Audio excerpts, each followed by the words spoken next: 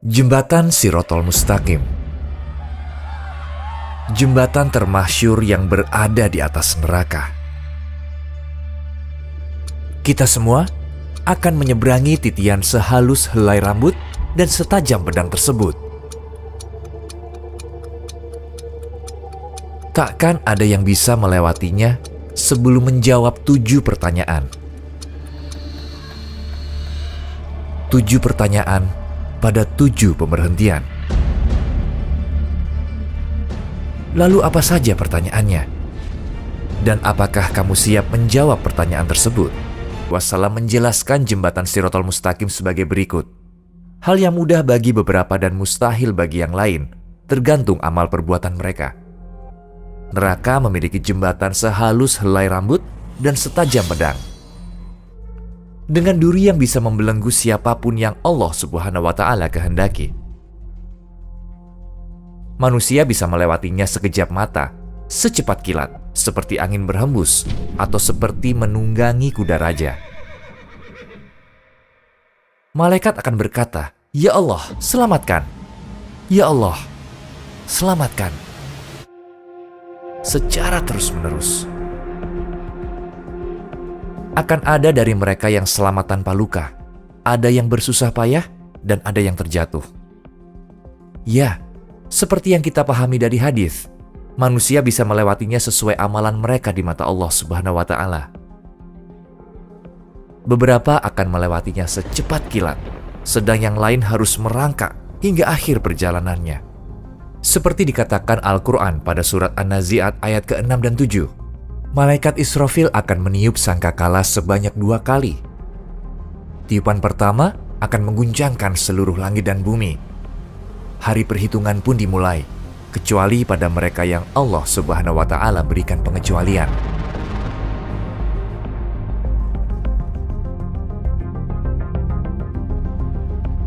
Tiupan kedua akan membangkitkan yang mati dan dikumpulkan di padang mahsyar. Mereka yang dibangkitkan kembali di padang mahsyar akan diberikan catatan amal semasa hidupnya. Dikatakan dalam Al-Quran bahwa saat kamu diberikan catatan itu di tangan kananmu, pertanda akan masuk surga. Dan jika kamu diberikan catatan itu di tangan kirimu, maka itu adalah tanda hukuman di neraka. Saat di dunia, malaikat Raqib dan Atid mencatat segala amal perbuatan manusia. Semua amal baik dan dosa yang kita lakukan akan dihadapkan di depan kita.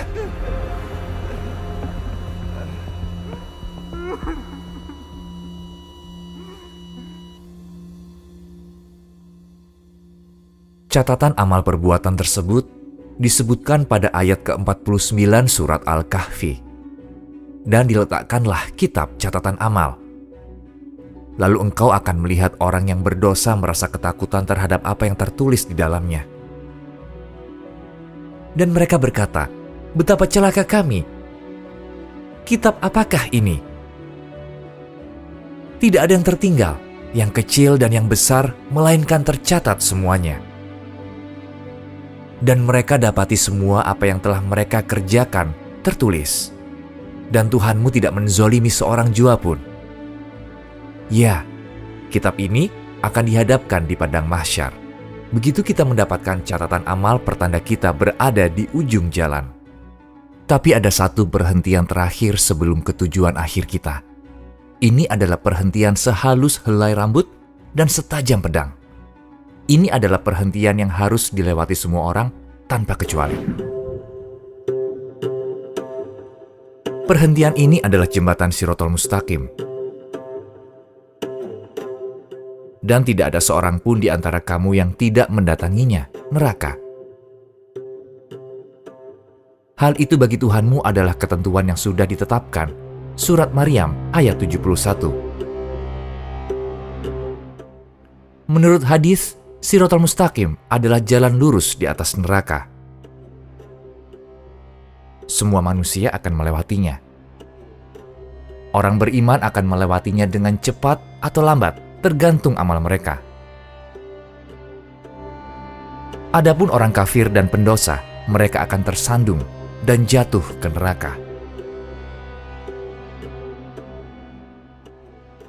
Nabi Muhammad SAW bersabda, yang pertama melewati Shiratal Mustaqim adalah dirinya dan umatnya, dan manusia akan melewatinya dengan cepat jika amal mereka baik. Apa yang akan ditanya tentang perjalanan kita di jembatan itu? Neraka akan menarik perhatian kita dengan semua teror dan kengeriannya di bawah. Kita berusaha untuk tidak melihatnya dan fokus berjalan di atasnya. Kita akan melihat orang-orang di sekitar. Di satu sisi, akan ada manusia yang bertobat. Dan di sisi lain akan ada manusia yang jatuh ke neraka. Juga akan ada manusia yang memikirkan akhirat saat mereka berada di dunia.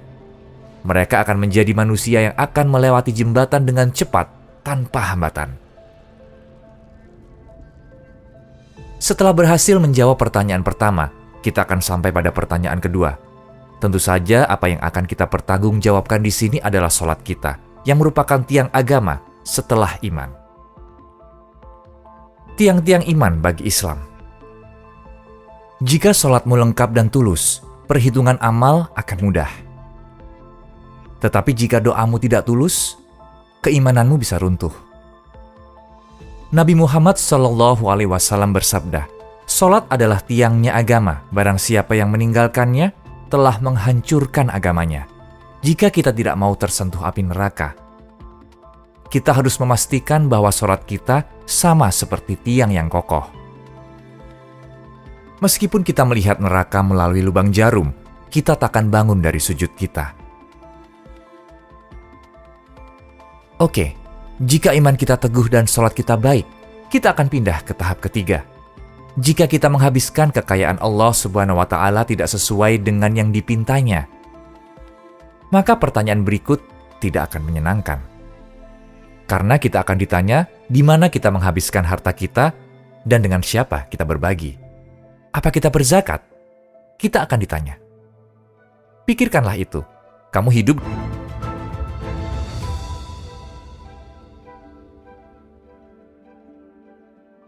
pertanyaan sebelumnya.